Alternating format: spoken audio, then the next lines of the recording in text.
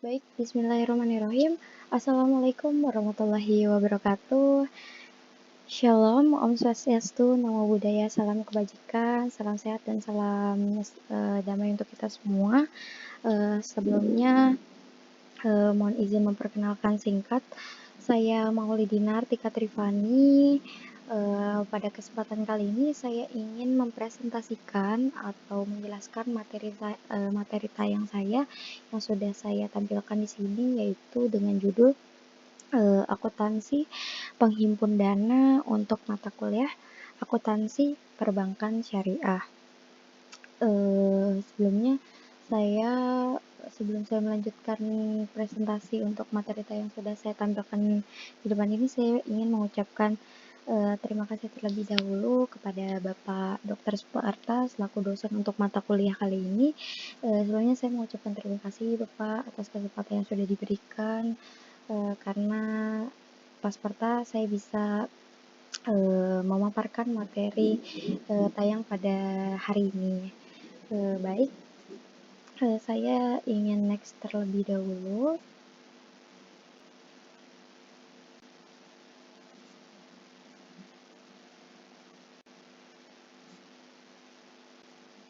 Ya, baik, di sini sudah terdapat slide berikutnya, yaitu ada agenda atau cakupan materi yang akan saya jelaskan pada presentasi kali ini. Ada 7 subbab mengenai penghimpunan dana syariah. Apa aja sih itu nanti akan saya jelaskan berdasarkan 7 slide berikut. Jadi saya akan menjelaskan ke 7 subbab berikut ke depan, bagaimana proses transaksinya, terus apa sih itu tabungan, giro deposito. Yang pertama ada satu pendahuluan. Nah, di pendahuluan ini nanti saya akan menjelaskan sneak peek kedepannya saya akan menjelaskan apa di pendahuluan. Lalu yang kedua ketentuan syariah, lalu yang ketiga ada tabungan, keempat giro, lalu yang kelima ada deposito mudharabah, dan juga di keenam ada penyajian transaksi penghimpunan dana, dan ketujuh ada pengungkapan transaksi penghimpunan dana. Baik, terlihat cukup menarik. Saya harap materi yang akan saya jelaskan nanti dapat dipahami dengan baik oleh teman-teman semua. Baik, next. Selanjutnya saya ingin memperkenalkan secara jelas terlebih dahulu. Di sebelumnya saya sudah memberitahu saya Maulidina Artika Trifani dengan NIM 20231231003 dari Prodi Akuntansi Indonesia Banking School. Baik, sekian perkenalan singkat dari saya. Untuk selanjutnya ada baik, di sini ada pendahuluan. Nah, tadi saya sudah jelaskan pendahuluannya seperti sneak peek ya. Kedepannya kita akan menjelaskan seperti apa gitu-gitu. Istilahnya kayak pembukaan. Ya, emang pembukaan sih. Baik, di bab ini akan membahas ketentuan syariah terkait skema penghimpunan dana di bank syariah seperti giro, tabungan, dan deposito. Lalu dibahas pula penerapan akuntansi untuk pengakuan dan pengukuran transaksi tersebut.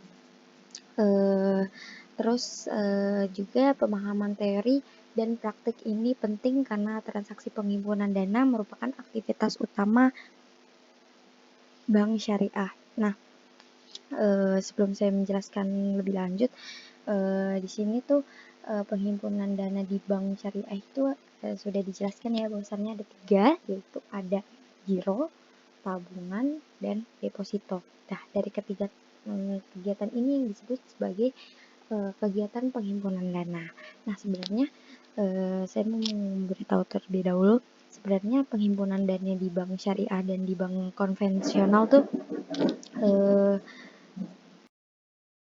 sama atau enggak sih gitu. Saya akan memberitahu bahwasannya kegiatan penghimpunan dana di bank syariah maupun di bank non syariah atau konvensional itu sama aja, yaitu terdapat 3 kegiatan: giro, tabungan, dan deposito, sama aja. Jadi sebenarnya tidak ada pembeda ya antara bank konvensional dan bank syariah untuk penghimpunan dananya, kegiatan penghimpunan dananya. Nah terus paling mungkin perbedaan di sini nanti tuh ada cara penjurnalannya ya. Tentu saja transaksinya juga pasti berbeda dari bank konvensional. Namun secara keseluruhan kegiatan penghimpunan dana antara bank syariah dan bank konvensional itu sama saja, seperti itu. Nah, pasti teman-teman penasaran kan, apa sih penghimpunan dana sebenarnya? Nah, kegiatan ini tuh apa aja gitu. Nah, nanti ya saya akan menjelaskan lebih lanjut. Nah, di sini juga ditulis pemahaman teori dan praktek ini penting karena transaksi penghimpunan dana merupakan aktivitas utama bank syariah gitu loh. Nah, di sini juga nanti saya akan menjelaskan teori mengenai penghimpunan dana dan juga praktiknya seperti apa, seperti itu. Mulai dari, nah penghimpunan dana itu tuh sebenarnya sumber dana dari bank syariah untuk kedepannya gitu loh. Kalau misalkan nggak ada kegiatan penghimpunan dana, ya udah bank itu tidak akan bekerja gitu. Orang dananya aja nggak ada, gimana mau kedepannya gitu. Nah terus juga di sini dijelaskan bahwasannya transaksi penghimpunan dana merupakan aktivitas utama, ya kan, aktivitas utama, ya gimana nggak utama gitu loh. Kalau misalkan nggak ada aktivitas penghimpunan dana di awal, kedepannya pun nggak akan ada transaksi yang lainnya gitu loh. Kalau misalkan di awalnya aja nggak ada, gimana mau kedepannya, seperti itu. Jadi dari pendahuluan ini sebenarnya udah sangat menarik ya, bahwasannya transaksi penghimpunan dana syariah itu sangat penting dan juga menjadi dasar awal kegiatan perbankan selanjutnya di bank syariah maupun di konvensional ya. Namun pada kesempatan kali ini saya hanya akan menjelaskan khusus atau mendetail mengenai perbankan syariah saja, seperti itu. Baik.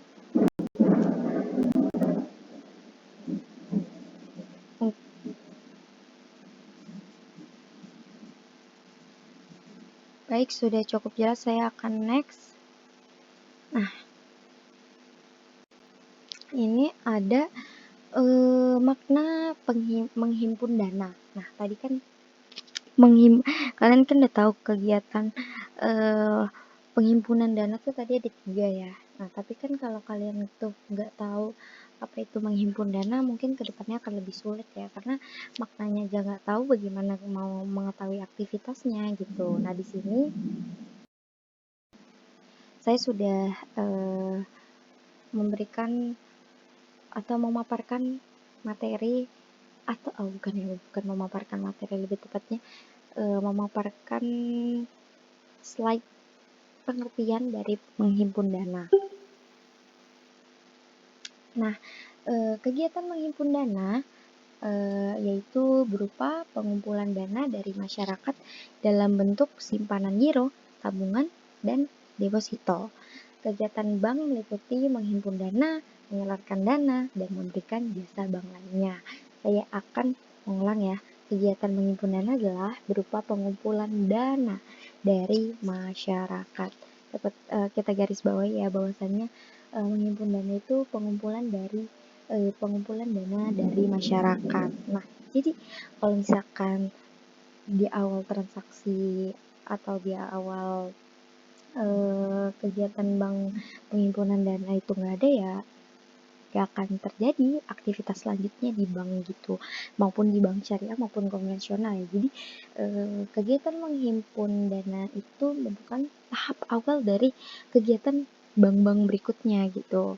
Nah, dari mana sih sumber dananya gitu loh, ya dari masyarakat atau dari nasabah gitu. Nah, terus masyarakat mengumpulkan dana ke bank itu tujuannya apa sih gitu ya? Yaitu ada 3 yang tadi sudah saya jelaskan di pendahuluan. Ada 3 kegiatan menghimpun dana, yaitu ada simpanan giro, tabungan, dan deposito, seperti itu. udah ya, sudah cukup jelas bahwasannya menghimpun dana adalah mengumpulkan dana. Menghimpun sama dengan mengumpulkan dana. Sumbernya dari mana? Dari masyarakat. Nah, dalam bentuk apa sih kegiatan penghimpunan dana? Ketiga, itu ada simpanan, giro, tabungan, dan deposito. Seperti itu. Nah, udah kan jelas menghimpunkan dana adalah mengumpulkan dana dari masyarakat. Nah, kegiatan bank tuh meliputi apa saja nih? Nah, ini udah jelas banget nih, di awal ada menghimpun dana, menyalurkan dana, dan memberikan jasa bank lainnya. Nah, udah jelas banget nih, di awal udah ada penghimpun dana, bahwasannya kegiatan pertama bank itu ada menghimpun dana terlebih dahulu nih, mengumpulkan dana dulu dari masyarakat. Baru kalau misalkan kita udah dapat dana, udah dapat nih dana dari nasabah mau setor uang ke kita nih dalam bentuk maupun giro, tabungan maupun deposito, baru nih kita bisa dapat menjalankan transaksi kedua gitu, kegiatan bank kedua, yaitu ada menyalurkan dana dan juga memberikan jasa bank lainnya gitu. Jadi kalau misalkan kegiatan pertamanya aja nggak ada, ya udah akan sulit gitu kan. Kita mau menyalurkan dana ke nasabah yang peminjam dalam bentuk apa gitu loh, kalau misalkan penghimpunan dana di awal itu nggak ada gitu. Jadi aktivitas perbankan bisa berjalan ketika bank sudah berhasil mengumpulkan dana dari masyarakat dalam bentuk apa aja? Saya ulang lagi, dalam bentuk giro, tabungan, dan deposito. Baru tuh kita bisa menyalurkan dana. Namun di bab kali ini saya hanya fokus untuk membahas mengenai penghimpunan dana syariah. Tuh. Baik, lanjut ya, sudah cukup jelas. Saya harap untuk makna penghimpunan dana itu sudah cukup jelas, supaya nanti kedepannya kalian bisa lebih mudah memahami apa yang saya akan jelaskan. Seperti itu. Baik.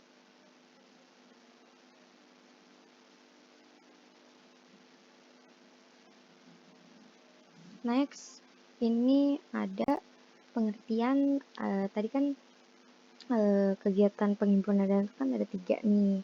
Ya udah, ini diantaranya ada tabungan syariah, ada giro, ada deposito. Nah, udah jelas menghimpun dana apa, kita harus tahu dong makna-makna dari ketiga jenis kegiatan menghimpun dana. Yang pertama itu ada tabungan syariah. Tabungan syariah adalah simpanan untuk berbagai kebutuhan masyarakat seperti tabungan reguler, tabungan berjangka syariah, tabungan haji, dan sebagainya. Penarikan produk tabungan menggunakan media buku tabungan, ATM, slip penarikan, hingga mobile banking. Nah, ini tuh tabungan syariah ini tuh kegiatan penghimpunan dana paling umum yang sering kita jalani sehari-hari ya teman-teman. Jadi kalau misalkan teman-teman suka pakai aplikasi mobile banking, misalkan saya pengguna, ini sebenarnya saya pengguna bank konvensional ya, bukan bank syariah, namun gak apa-apa saya jadikan contoh ya. Misalkan saya pengguna BCA syariah lah ya, bukan BCA konvensional, saya ambil contohnya BCA syariah mobile banking. Nah, saya sering top up GoPay, Dana, dan Shopee dan lain-lain. Nah, itu tuh saya tuh lagi di tahap kegiatan tabungan syariah gitu. Terus media buku tabungan atau ambil uang melalui ATM. Nah, itu tuh merupakan kegiatan tabungan seperti itu. Maupun sebenarnya maupun di bank syariah maupun konvensional semuanya sama ya kegiatannya. Namun saya ambil contoh sekali lagi pada bank syariah karena cakupan materi yang saat ini saya sampaikan adalah dalam bentuk syariah seperti itu. Nah, ini tabungan ini udah paling umum ya, udah paling gampang ya. Saya harap teman-teman paham lah. Lalu yang kedua, kegiatan menghimpun dana itu ada giro syariah. Giro syariah apa sih gitu? Giro syariah adalah jenis simpanan yang penarikannya dapat dilakukan setiap saat, namun ada syaratnya nih. Apa aja? syaratnya itu menggunakan cek, bilet giro, sarana perintah bayar lainnya yang dijalankan berdasarkan prinsip-prinsip syariah. Nah, kalau giro ini nih penarikannya nggak gampang ya teman-teman. Maksudnya kalau misalkan di tabungan kita bisa pakai buku tabungan, ATM gitu, kartu ATM. Namun kalau misalkan di giro syariah ini kita tuh ada syaratnya pakai cek, bilet giro gitu. Nah, terus lalu yang ketiga adalah kegiatan deposito syariah. Nah, deposito syariah ini adalah merupakan jenis simpanan berjangka dengan tingkat pengembalian yang lebih tinggi dengan ketentuan yang sesuai dengan prinsip syariah.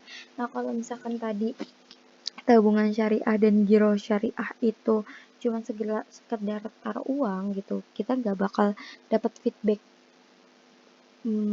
keuntungan ya. Tapi kalau di bank syariah itu sebutannya bukan keuntungan ya, lebih ke bonus ya. Jadi kalau di tabungan syariah dan giro syariah itu ngomongnya bukan interest atau bunga tapi bonus. Nah, tapi kalau di deposito syariah ini ketika kita misalkan mendeposit dana kita, nantinya kalau di bank syariah kita akan mendapatkan keuntungan, tapi bukan keuntungan, kita nyebutnya bonus seperti itu. Jadi misalkan saya menyimpan dana di bank syariah 5 juta gitu. Oh, tiba-tiba tapi ini kalau di bank syariah deposito ini tuh nggak dijanjikan di awal ya. Di muka itu saya naruh uang 5 juta, tapi keuntungannya itu atau bonusnya itu nggak dijanjiin di awal. Oh ya udah, secara tiba-tiba aja bank tuh beri kabar ke kita, nih lo dapat keuntungan 2% gitu dari 5 juta. Oh ya udah, alhamdulillah, seperti itu. Bukan keuntungan, bonus, mohon maaf, bonus. Nah, tapi ini berjangka ya teman-teman. Jadi ini tuh nggak bisa diambil kapan saja. Jadi kalau misalkan kita mau mendeposit uang kita yang 5 juta itu, ya udah, kita nggak boleh udah bilang, oh iya deh saya mau deposit 6 bulan. Nggak bisa tuh tiba-tiba di bulan ketiga kita ngambil uang yang kita deposito ini. Nggak bisa. Kita baru bisa mencairkan dana deposito kita ya after 6 bulan. Misalkan saya depositoin di bulan Januari, 1 Januari. Nah, saya baru bisa itu kan misalkan 6 bulan. Nah, baru bisa mencairkan dana deposito saya udah di bulan Juli awal, pasca 6 bulan after Januari terlewatkan gitu. Jadi itu temponya itu 6 bulan, yaitu pada 1 Juli gitu. Jadi ini tuh ada tenornya lah, kalau misalkan dalam dunia kredit ada tenornya gitu. Tapi ini tuh sekali lagi saya peringatkan, kalau misalkan deposito ini tuh bukan kayak bank konvensional yang bisa dijanjin di awal, oh ya udah saya depositoin saya akan mendapatkan keuntungan 2%. Tapi kalau misalkan deposito syariah itu tidak diuntungkan di awal ya. Kalau jadi bonus ini kita dapat ketika kita ya udah dalam kalau di Islam tuh rezekian ya. Jadi kalau dapat keuntungan atau bonus alhamdulillah, kalau tidak ya udah gitu. Seperti itu ya. Jadi tidak, itulah perbedaan deposito syariah antara deposito syariah dan deposito konvensional seperti itu. Baik, mungkin untuk kegiatan menyimpan dana ini sudah cukup jelas. Saya akan melanjutkan ke selanjutnya, yaitu ada kegiatan, nah ini akad-akadnya, akad-akad bank syariah. Nah, tadi kan sudah saya jelaskan produk perbankan syariah untuk penghimpunan dana itu ada 3, giro, tabungan, dan deposito. Nah, dari masing-masing kegiatan penghimpunan dana ini tuh masing-masing tuh ada akadnya, ada prinsipnya gitu. Kalau di bank syariah tuh nggak boleh main-main ya teman-teman. Sekali lagi nggak main-main, dimana kalau misalkan kegiatan syariah itu ada landasannya. Jadi di sebelumnya itu saya juga mempresentasikan atau menjelaskan dasar atau landasan prinsip perbankan syariah itu. Yang pertama paling bawah itu ada Al-Quran. Jadi kalau misalkan kegiatan transaksi syariah itu ya landasan utamanya Al-Quran. Jadi kalau misalkan prinsip-prinsip prinsip-prinsip transaksi syariah itu udah keluar dari ajaran Al-Quran, itu udah tidak dibenarkan gitu. Itu materinya apa ya, KD PPLKS ya, landasan dalam penyusunan laporan keuangan. Nah, di situ saya sangat jelas menjelaskan bahwasannya prinsip-prinsip itu tuh prinsip-prinsip transaksi syariah itu ada pokok landasannya gitu. Itu yang pertama Al-Quran, terus ada hadis, dan juga pokoknya ada 3 lapis ya. Kalian mungkin bisa cek, ada di YouTube-nya Pak Sparta di situ. Nah, untuk kegiatan syariah ini tuh, himpunan syariah ini tuh kegiatannya ada 3 tadi. Nah, ini tuh ada jenis akadnya. Akad tuh seperti kayak perjanjian di awal ya, perjanjian di awal yang sesuai dengan prinsip atau landasan syariah. Nah, ini ada 3. Yang pertama itu ada giro. Nah, giro itu akadnya ada 2, ada mudharabah dan wadiah, dan yang kedua tabungan. Tabungan itu akadnya adalah sama dengan giro, mudharabah dan wadiah, dan yang terakhir deposito, akadnya cuman berupa mudharabah. Nah, ini nih akad ini tuh landasannya itu jelas ya dari fatwa DSN atau Dewan Syariah Nasional. Sini saya cantumkan kalau teman-teman nggak tahu DSN. DSN itu Dewan Syariah Nasional. Untuk giro jenis akadnya mudharabah dan wadiah. Sini landasannya ada fatwa Dewan Syariah Nasional nomor 1 Dewan Syariah Nasional strip Majelis Ulama Indonesia bulan 4 tahun 2000, diterbitkannya oleh DSN itu tahun 2000. Lalu tabungan akadnya ada mudharabah dan wadiah itu nomor 2 Dewan Syariah Nasional Majelis Ulama Indonesia bulan 4 tahun 2000. Dan yang terakhir ini ada deposito, akadnya hanya mudharabah ya, mudharabah. Ini tuh di akad di deposito ini, kegiatan deposito ini ada penyempurnaan ya. Yang pertama itu di landasan fatwanya itu di nomor 3 ada di Dewan Syariah Nasional Majelis Ulama Indonesia bulan 4 tahun 2000. Nah, di deposito ini ada penyempurnaan ya. Di nomor 97 Dewan Syariah Nasional Majelis Ulama Indonesia pada bulan 12 di tahun 2015 deposito disempurnakan nih akadnya. Untuk mungkin kalau misalkan kalian mau lihat lebih lanjut apa sih perbedaannya, mungkin bisa search sendiri ya. Saya di sini hanya menjelaskan singkat karena saya bukan di sini tidak menjelaskan landasannya lebih dalam, namun hanya kegiatan penghimpunan akuntansi penghimpunan dananya saja, seperti itu. Mungkin dari sini sudah jelas ya akad-akadnya itu apa aja. Yang dibedakan hanya satu ya teman-teman, yaitu ada di transaksi atau kegiatan deposito. Di deposito itu akadnya cuma satu, yaitu ada mudharabah. Nah, nanti apa sih akad itu gitu loh. Akad itu jelaskan ya. Akad itu perjanjian awal. Nah, bingung kan akad mudharabah itu apa sih? Akad wadiah itu apa sih? Nah, nanti saya akan jelaskan lebih lanjut mengenai akad-akad ini, teman-teman. Yang penting kalian udah tahu dulu nih.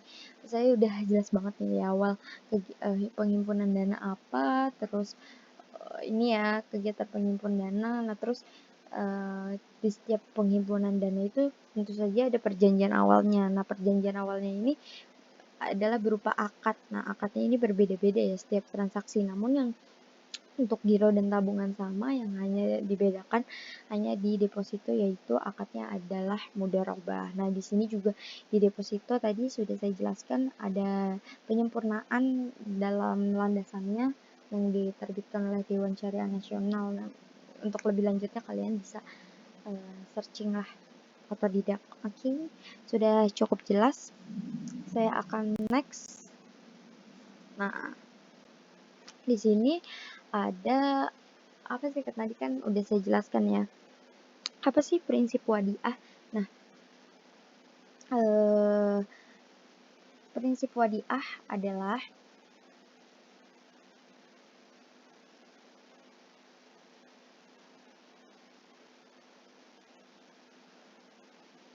prinsip wadiah adalah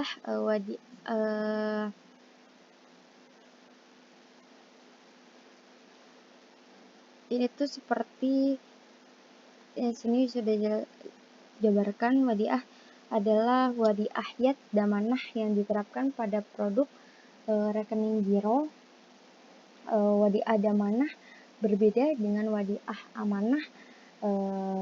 Apa sih yang menjadikan perbedaan antara wadiah damanah dan wadiah amanah? Nah, kalau misalkan wadiah, wait teman-teman, saya akan menjelaskan ulang ya. Untuk yang tadi perbedaan itu di akadnya itu hanya di deposito ya. Jadi deposito itu akadnya mudharabah doang. Seperti itu. Baik. Nah, biar teman-teman gak bingung. Sekali lagi mengingatkan bahwasannya yang membedakan penghimpunan dana itu akadnya cuma di kegiatan deposito, yaitu ada mudharabah.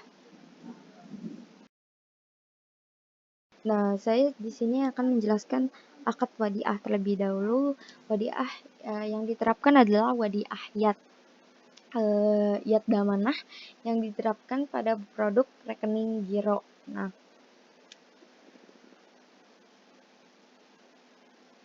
rekening giro. Nah, untuk wadiah damanah berbeda dengan wadiah amanah.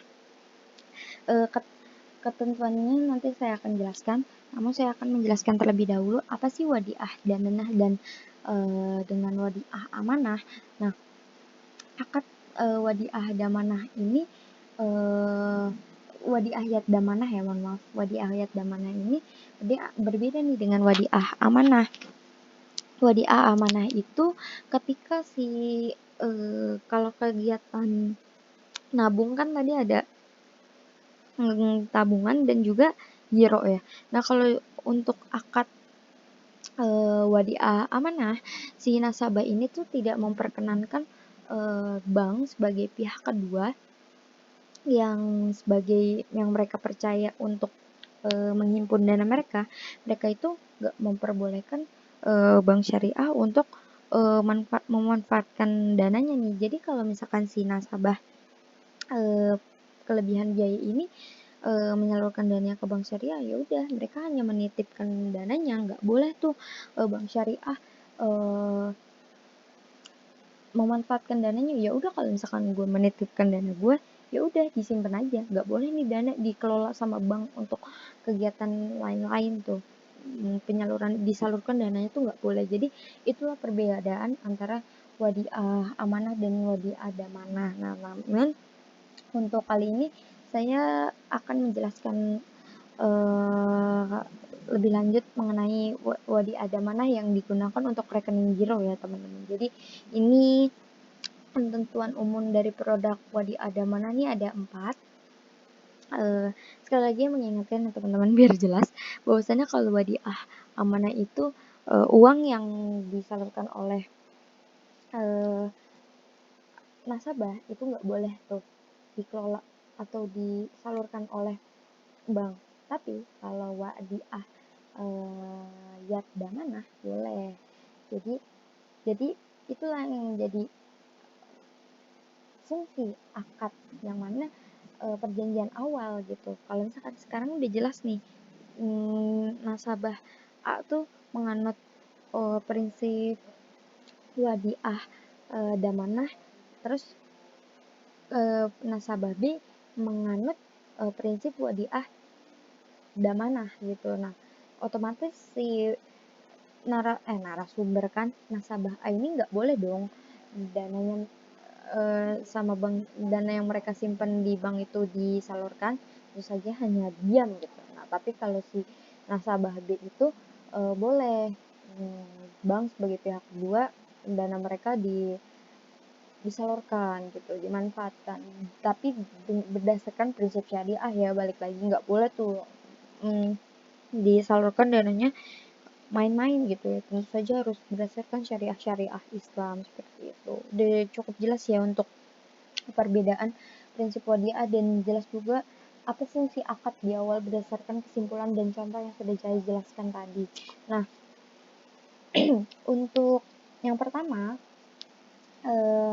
produk wadiah yat damana ini yaitu yang pertama ada keuntungan atau kerugian dari penyaluran dana menjadi hak milik atau ditanggung bank. Sedangkan pemilik dana tidak dijadikan imbalan dan tidak menanggung kerugian. Bank dimungkinkan memberikan bonus kepada pemilik dana sebagai suatu insentif untuk menarik dana masyarakat, tapi tidak boleh diperjanjikan di muka. Nah, saya udah jelaskan di awal tadi dari pendahuluan bahwasannya kalau misalkan kegiatan di perbankan syariah itu menyebutkannya itu bukan keuntungannya, tapi bonus. Nah, di sini nih udah jelas banget nih, keuntungan atau kerugian dari penyaluran dana menjadi hak milik atau ditanggung bank. Nah, jadi ketika misalkan si nasabah menghimpun dananya ke bank, terus gak ada, misalkan rugi nih, uangnya ternyata dikelola sama bank, misalkan disalurin dananya, diberikan pinjaman kepada nasabah yang membutuhkan. Tiba-tiba si nasabah yang membutuhkan ini tidak bisa mengembalikan dananya kepada bank gitu, sebagai pihak kedua yang pihak pertama mempercayai bank untuk mengelola uangnya. Tiba-tiba di pihak ketiga ini yang sebagai penerima pinjaman tidak bisa membalikan. Ya udah, kalau misalkan seperti itu kasusnya, bank yang bertanggung jawab gitu. Jadi si nasabah sebagai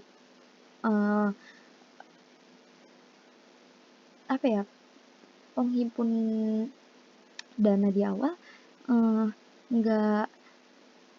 nggak mau tahu, bukan nggak mau tahu ya, emang nggak akan tahu bahwasannya bank ini mengalami kerugian. Jadi mereka taunya ya udah uang gue aman, ketika nanti mendapatkan bonus ya mereka mendapatkan bonus seperti itu. Tapi sekali lagi nasabah pertama ini, pihak pertama tidak akan mengalami kerugian. Bahwasanya mengalami kerugian adalah hanya bank.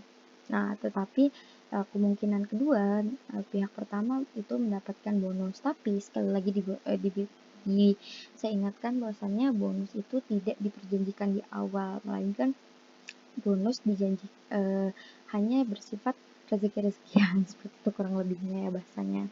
Nah, lalu yang kedua, untuk prinsip wadiah ini, ketentuan umumnya ini ada, bank harus membuat akad pembukaan rekening yang isinya mencakup izin penyaluran dana yang disimpan dan persyaratan lain yang disepakati selama tidak bertentangan dengan prinsip syariah. Khusus bagi pemilik rekening giro, bank dapat memberikan buku cek, bilet giro, dan debit card. Nah, di sini di poin 2 juga sudah cukup jelas ya bahwasannya izin penyaluran dana itu terus berupa akad. Jadi akad itu ya perjanjian utama,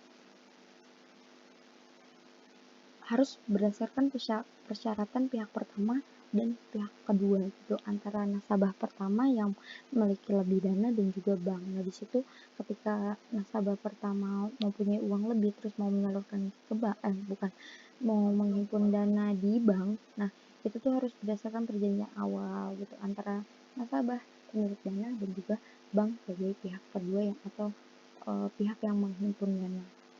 Lalu yang ketiga, terhadap pembukaan rekening ini, bank dapat menggunakan pengganti biaya administrasi untuk sekedar menutupi biaya yang benar-benar terjadi. Nah, untuk pembukaan rekening di sini bank itu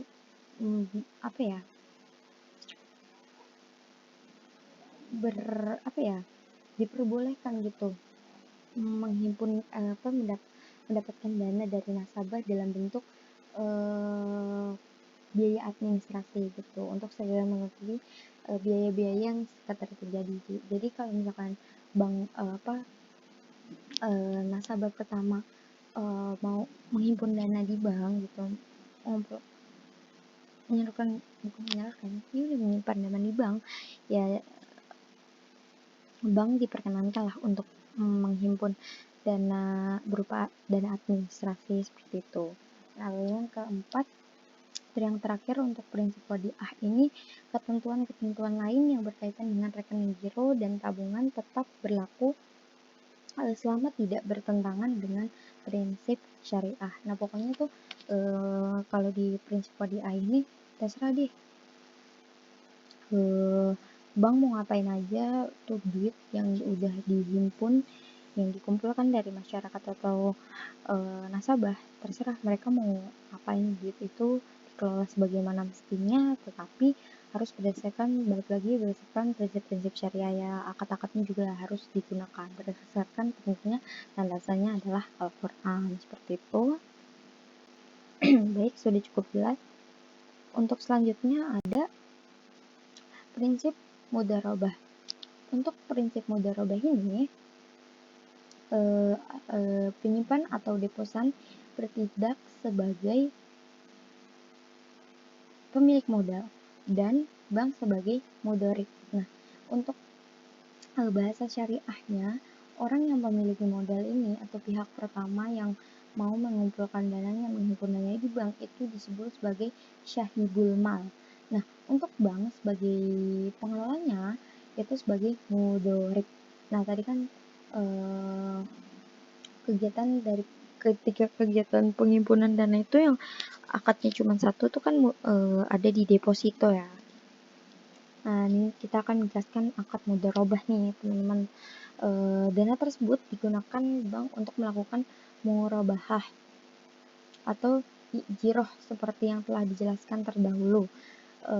Dapat pula dana tersebut digunakan bank untuk melakukan mudharabah kedua. Hasil usaha ini akan dibagi hasilkan berdasarkan nisbah yang disepakati. Dalam hal bank menggunakannya untuk melakukan mudharabah kedua, maka bank bertanggung jawab penuh atas kerugian yang terjadi. Nah, kalau misalkan tadi wadiah yad damanah,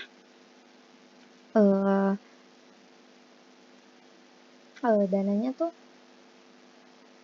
bonusnya itu nggak dijanjikan di awal gitu. Yaudah, kalau misalkan syahibul mal ini mau dapat keuntungan, ya udah itu rezeki-rezekian ya. Itulah bedanya prinsip wadiah dan mudharabah. Nah, kalau di mudharabah ini transaksinya kan hanya deposito, yang mana nanti si syahibul mal itu pasti mendapatkan bonus, pasti mendapatkan keuntungan gitu. Tapi hasil kesepakatan keduanya antara bank dan juga si syahibul mal ini, antara syahibul mal dan mudharibnya ini tuh harus ada perjanjian. Nah, perjanjian itu tentu harus berdasarkan prinsip mudharabah ya. Nah, di sini tuh udah jelas banget. Nah, ini tuh hasil usahanya dibagi hasilkan berdasarkan nisbah yang disepakati. Nah, jadi nggak boleh seenaknya gitu bank netepin lo akan jadi dapat bonus segini, terus ternyata si yang mendapatkan pembiayaan ini enggak, itu keberatan. Nah, itu enggak boleh. Itulah yang menjadi pembeda antara bank syariah dan bank konvensional. Berdasarkan prinsip mudharabah ini, antara syahibul mal, mudharib, dan penerima pembiayaan itu tuh harus semuanya sepakat bahwasannya oh ya udah si mudharib ini bakal misalkan dapat pinjaman 5 juta, bakal ngasih lebih nih atas biaya yang dia dapat pinjam gitu. Dari 5 juta dia mau balikin sejuta gitu. Oh, jadi nanti dia udah dapat rezeki, sudah bisa mengembalikan uangnya ke bank, dia akan membalikan 6 juta ke bank. Nah, bank sama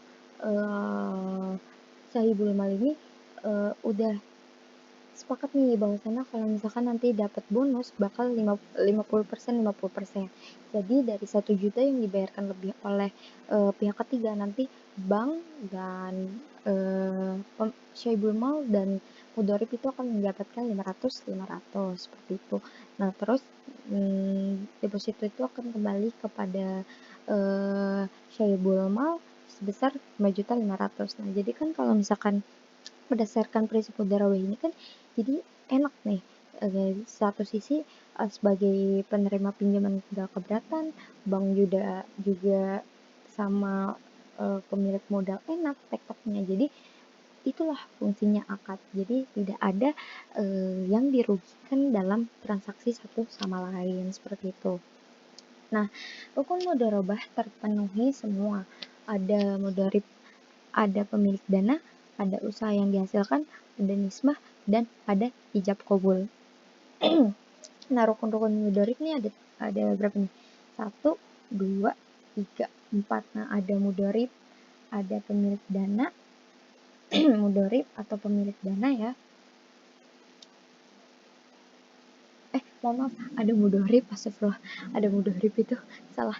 Ada bank, ada pemilik dana, ada usaha yang dihasilkan, ada nisbah, dan ada ijab kabul. Jadi jelas banget nih rukun-rukunnya nih.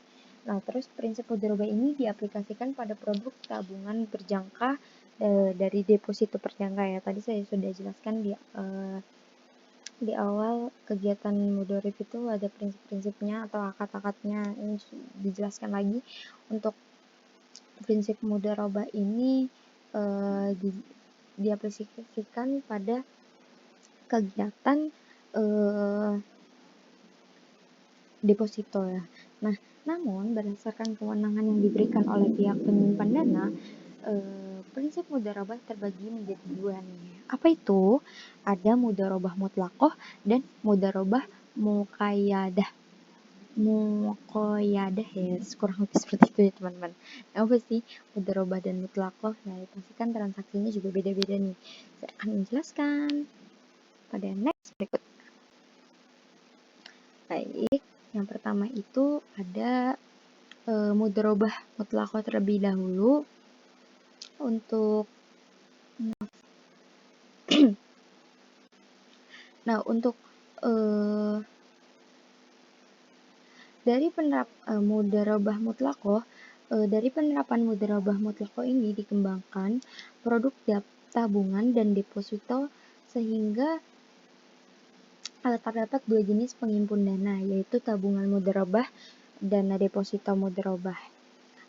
Ketentuan umum dalam produk ini adalah yang pertama, bank wajib memberitahukan kepada pemilik mengenai nisbah dan tata cara pemberitahuan keuntungan dan atau pembagian keuntungan secara risiko yang dapat ditimbulkan dan dari penyimpanan dana. Apabila telah tercapai kesepakatan, maka hal tersebut harus dicantumkan dalam akad. Nah, dalam akad mudharabah, prinsip mudharabah mutlaqah ini, bank wajib nih memberitahukan kepada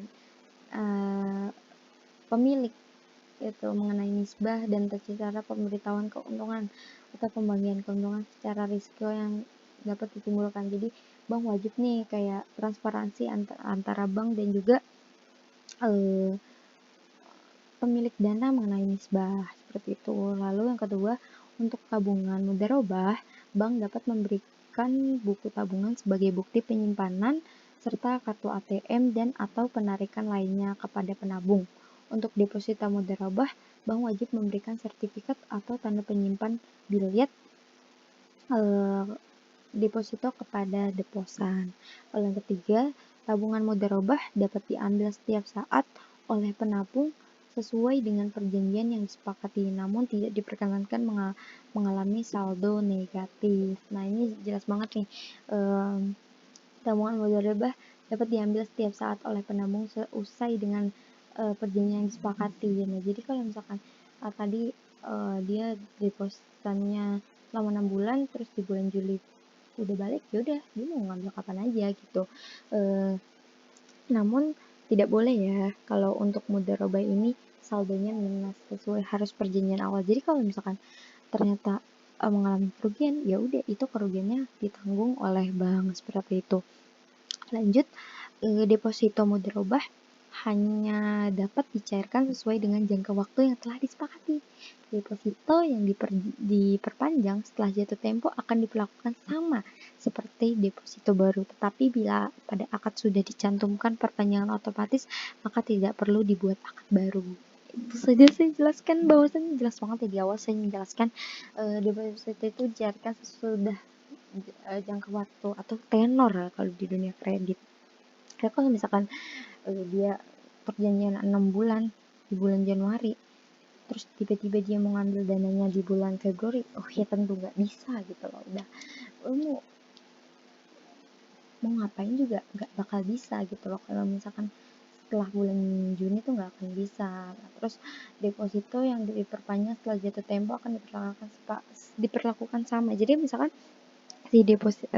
si pemilik dana ini nih udah lewat dari bulan ini, kita pakai kasus yang sama ya, dari bulan Januari ke bulan Juni. Nah terus tiba-tiba dia udah kayak percaya gitu kan, oh iya nih gue depositoin dana sekian aja dalam 6 bulan bisa dapat bonus 2 juta gitu loh. Nah terus aku mau deh perpanjang depositonya gitu, panjang lagi. Nah kalau misalkan beliau udah sepakat seperti itu, ya udah perpanjang, nggak perlu akad lagi sama antara bank dan pemilik modal gitu, seperti itu.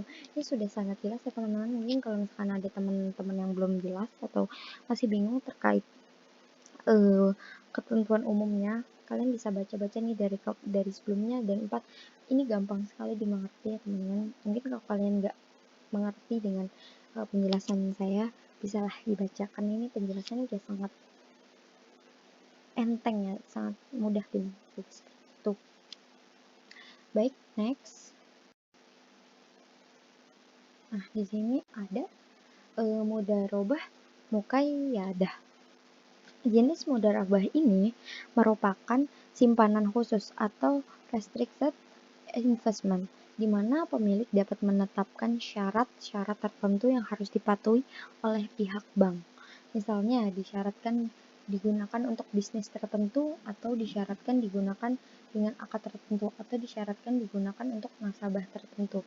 Nah, jadi kalau misalkan mudharabah muqayyadah ini tuh ada syaratnya di awal gitu. Jadi si deposan ini nih pengen dana yang dia depositoin tuh nggak boleh dibuat aneh-aneh ya. Ya mungkin nggak mungkin aneh-aneh ya kalau misalkan bank syariah gitu, karena kan landasan udah kuat tuh Al-Quran. Gila lo kan misalkan lo mau menyalurkan dana untuk hal-hal yang riba gitu kan, itu udah fatal banget tuh. Apalagi yang kita sedang bahas ini adalah dunia syariah gitu loh. Nah terus yang pertama ini karakteristik dana simpannya itu sebagai berikut, yaitu pemilik dana wajib menetapkan syarat-syarat tertentu yang harus diikuti oleh bank dan wajib memuat akad yang mengatur persyaratan penyaluran dana simpanan khusus. Lalu yang kedua, bank wajib memberitahukan kepada pemilik dana mengenai nisbah dan tata cara pemberitahuan keuntungan atau pembagian keuntungan secara risiko yang dapat ditimbulkan dari penyimpanan dana. Apabila telah tercapai kesepakatan, maka hal tersebut harus dicantumkan dalam akad. Nah ini sama aja nih ya, antara mudharabah sebelumnya sama dengan mudharabah muqayyadah. Bank tuh wajib transparan gitu sama pemilik modal. Lalu yang ketiga, sebagai tanda bukti simpanan, bank menerbitkan bukti simpanan khusus. Bank wajib memisahkan dana ini dari rekening lainnya. Lalu untuk deposito mudharabah, bank wajib memberikan sertifikat atau tanda penyimpanan bilet deposito kepada deposan. Ini wajib nih kalau kalau misalkan nasabah mau depositoin ke bank syariah, ya bank syariah wajib nih mencetak sertifikat. Jadi ya udah nanti kalau misalkan masih ya amit-amit ngomong jangan sampai tertipu ya, ini si deposannya nih punya bukti ini gue ngedepositoin dana gue nih di bank ini gitu, jadi mereka ada tameng gitu. Terus mudharabah muqayyadah of balance sheet. Next, Nah, ini sebagai kesimpulan ya teman-teman tadi, tapi ini saya hanya mohon maaf ya, hanya mendapatkan untuk yang skema gambar atau prinsip yang mudharabah saja. Untuk yang wadiah, mohon maaf saya tidak mendapatkan sumbernya.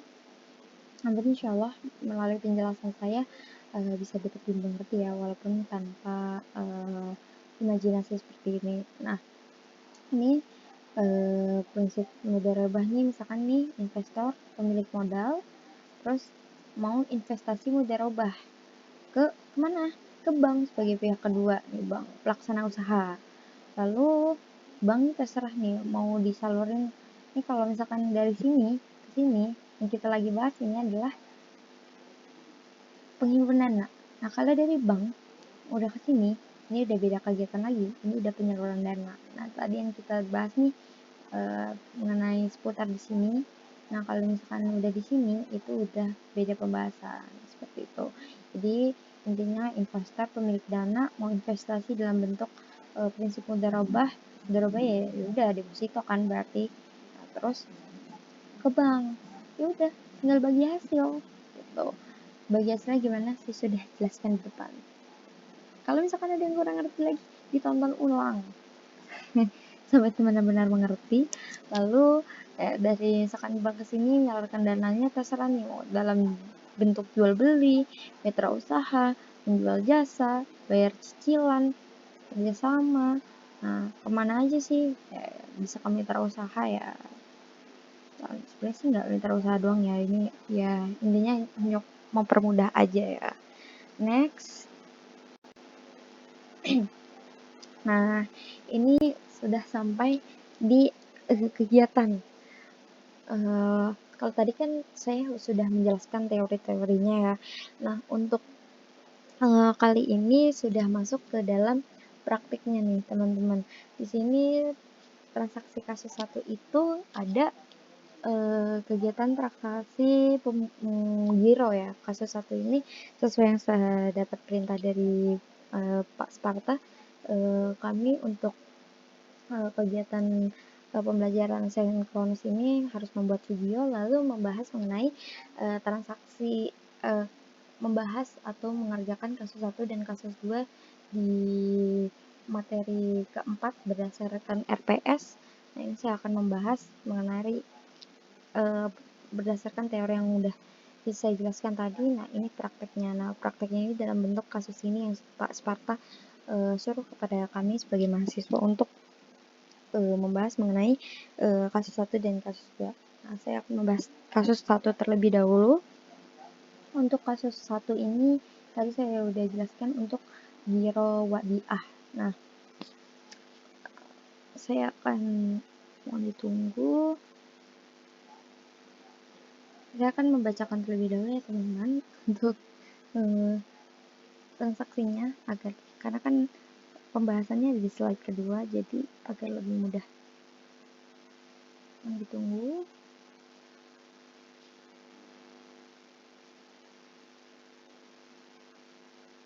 Nah, untuk yang pertamanya saya akan bacakan di sini ya. Mungkin kalau misalkan teman-teman menonton video ini sambil megang kertas boleh dicatat. Yang pertama ada Bank Murni Syariah atau BMS cabang Bogor. Ini transaksi Januari ya 2000 XA. Bank Murni Syariah atau BMS cabang Bogor menerima setoran tunai pembukaan giro wadiah atas nama Gina sebesar 55 juta. Lalu tanggal 6 Januari Gina menarik cek untuk mencairkan dananya secara tunai sebesar 18 juta. Lalu yang ketujuh, Gina mengeluarkan bilet giro untuk mentransfer sejumlah dana ke rekening Daniel nasabah tabungan BMS cabang Jakarta sebesar 7 juta. Lalu tanggal 10 Januari Gina menerima transfer dari BMS cabang Jogja sebesar 5 juta untuk rekening giro Gina. Lalu tanggal 15 Januari Gina mengeluarkan bilet giro untuk pembayaran pembelian sebuah mesin kepada PT Andrizal ya. Andrizal Jaya Nasabah Giro Bank Berkah Syariah BDS sebesar 15 juta. Lalu Gina menerima transfer dari BMS cabang Solo sebesar 5 juta. Lalu tanggal 23 juta kan Januari, Gina menerima bilet giro dari Fajar, nasabah Bank Peduli Syariah yang pernah membeli sesuatu dari Gina seharga 15 juta. Bilet giro 15 juta. Bilet giro tersebut dicairkan oleh Gina untuk dimasukkan ke rekening giro Gina di Bank Murni Syariah cabang Bogor. Lalu Gina menerima transfer dari BMS cabang Yoke sebesar 12 juta untuk rekening giro Gina. Dan tanggal 30 Januari Gina menerima bonus giro wadiah dari BMS sebesar 35.000. Dan yang terakhir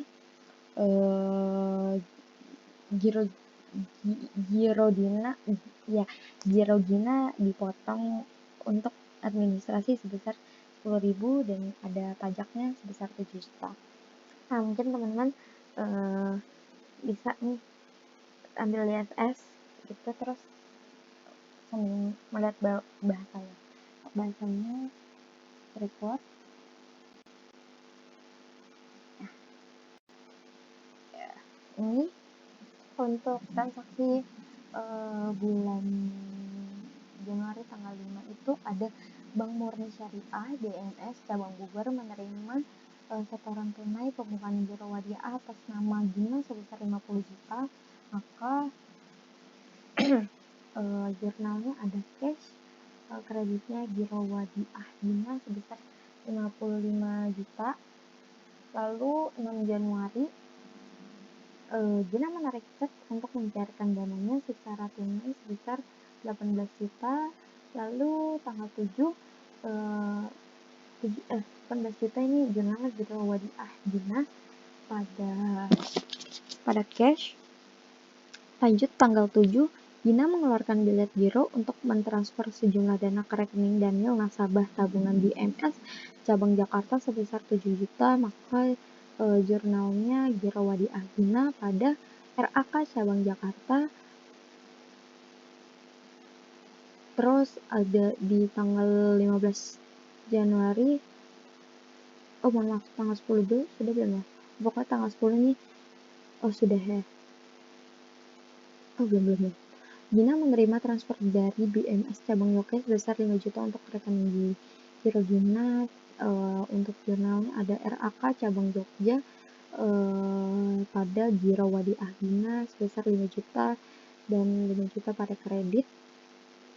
Terus pada tanggal 15 Januari Gina mengeluarkan bilet giro untuk pembayaran pembelian sebuah mesin kepada PT Andrizal Jaya nasabah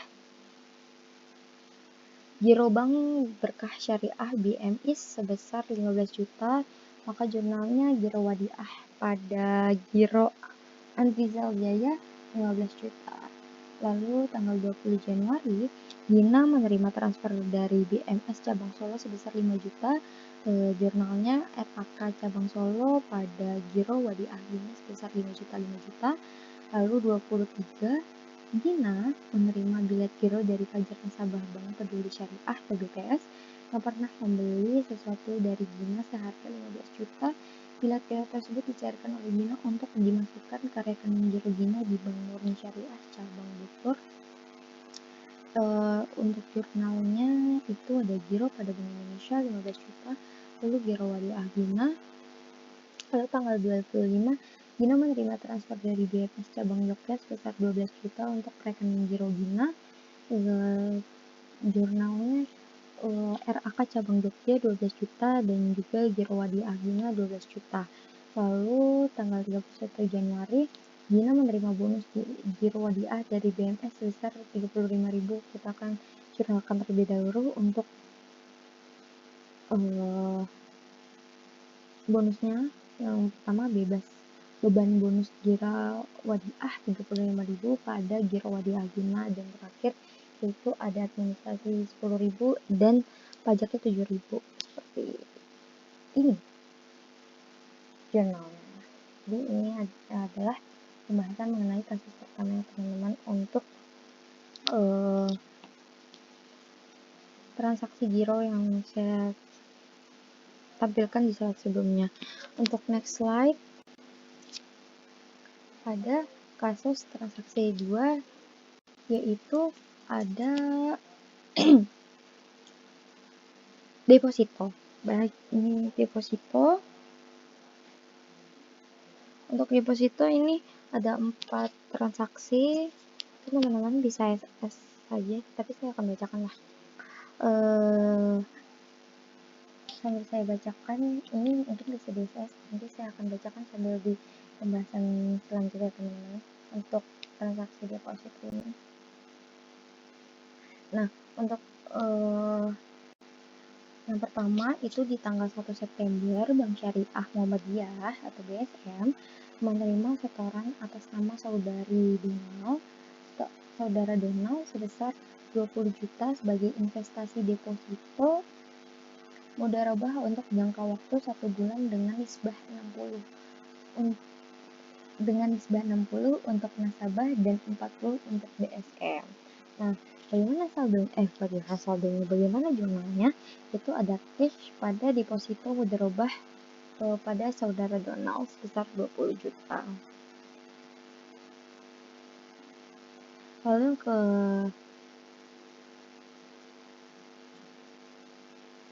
ke tanggal 25, berdasarkan perhitungan distribusi pendapatan beban bagi hasil yang akan dibayar untuk kelompok deposito mudharabah adalah sebesar, ini kan kata-katanya masih akan ya, jadi jurnalnya adalah hak pihak ketiga atas bagi hasil deposito mudharabah 15 juta.